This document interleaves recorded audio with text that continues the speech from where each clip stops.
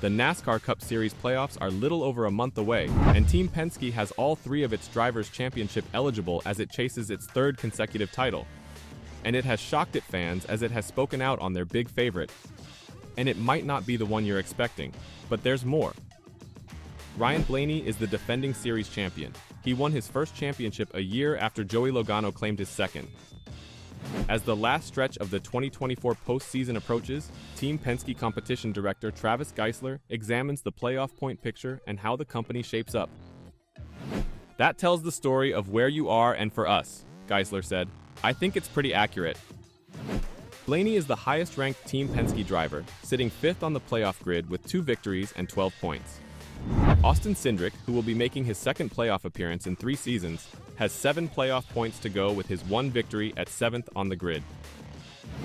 Logano currently stands 9th on the grid, with 6 playoff points and 1 win.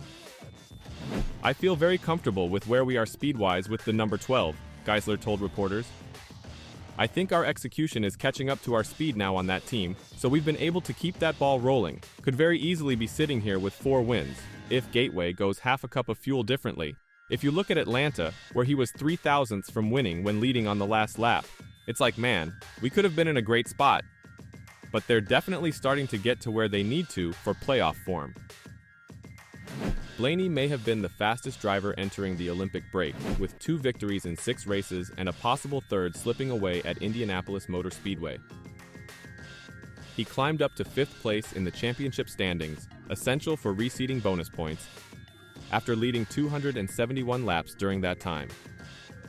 Blaney, the lone Ford driver with multiple victories, has carried the torch for both the company and Team Penske throughout the season. But, if there is such a thing as peaking at the appropriate moment, Blaney, crew chief Jonathan Hassler and the team appear to be blazing on all cylinders as they prepare to defend their title. "I think the number 22, we've got to find a way to find some more speed there," Geisler said. "They execute really well, they do all the little things right, we just have to find some more overall speed because you're not going to get through the playoffs with 1 win going into it and not have a win somewhere else. When you get to that final round to get in the Final Four, if you only go in there with a handful of bonus points, it won't happen. So, I think we're definitely on the search for speed there." Logano and crew chief Paul Wolfe had to wait until the final weekend of June at Nashville Superspeedway, where they won a 5-overtime race that came down to fuel tank survival to secure their playoff spot. Logano had a rough few races building up to Nashville as he bounced about the bubble. Logano and his crew have lacked the spark that propelled them to victory in 2022. In 23, they had 1 win and were eliminated early from the playoffs, which has led to an ongoing battle for speed and balance with their Ford Mustang. Consistency would also help, as Logano has 3 top 10 results in the previous 6 races and 3 finishes outside of the top 20. "And then I think for the number 2, we're on the search for overall consistency," Geisler said of Cindric's team. "We've been able to have some really strong races. Gateway was super strong, but then you back it up with something that's not. We have to figure out how to smooth out those ups and downs." That's kind of maybe the tale of the tape for those 3.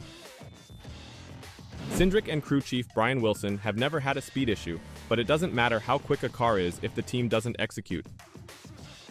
Cindric has had numerous weeks of displaying pace on Saturdays in practice and qualifying that did not translate into a Sunday result. The victory at WWTR was one of those weekends when it did, as Cindric qualified second, ran top 5 all afternoon, and went to victory lane when Blaney ran out of fuel. It is significantly simpler for a team to clean up its own problems than to discover speed. Cindric's performances have been incredibly inconsistent with an average finish of 20.6 and 3 top 10 finishes. Nonetheless, Geisler is not shocked that each of the 3 teams is facing a unique challenge. They're definitely not on an island when it comes to preparation, working together, getting ready for the race weekends, he said. "I think the overall end results are a little more spread than what we want, that's for sure. But when you see us and we're strong, we all tend to be strong, and I think that's important. But our weak tracks are weak for all our teams, and our strong tracks are strong for all our teams. We just have to close the gap between them." There are 4 races left in the regular season for Team Penske drivers to contribute to their playoff point totals. A win in each of the 4 races is worth 5 playoff points, while a stage win, there are 8 stages remaining, is worth 1 playoff point. No team has won 3 consecutive Cup Series titles since Hendrick Motorsport's 5-year streak with Jimmy Johnson from 2006 to 2010. Are you expecting Team Penske to win it again this year? And are you on board with their favoritism for Blaney and the number 12 squad? With the playoffs almost starting, the noise around NASCAR has also picked up once again. Some fans aren't happy with qualifying of all things. But one of the drivers thinks fans should just accept it and enjoy the show. And this driver might come as a surprise, as it's one that hasn't had the best of luck. Denny Hamlin. He no longer wants to hear fans' criticisms about NASCAR's qualifying structure. There has been a vociferous movement calling for NASCAR to revert to the old qualifying method, as some fans think their favorite driver is being placed unfairly due to the current group structure. But Hamlin revealed his opinion on the topic and why drivers prefer it this way. "This is the most fair way to do it. Stop complaining," Hamlin said on the format. "By the way, whoever your driver got screwed this week because of the A and the B, they reaped the benefits of that last week. You weren't complaining, you didn't say shit then. What I'm saying is, it works out.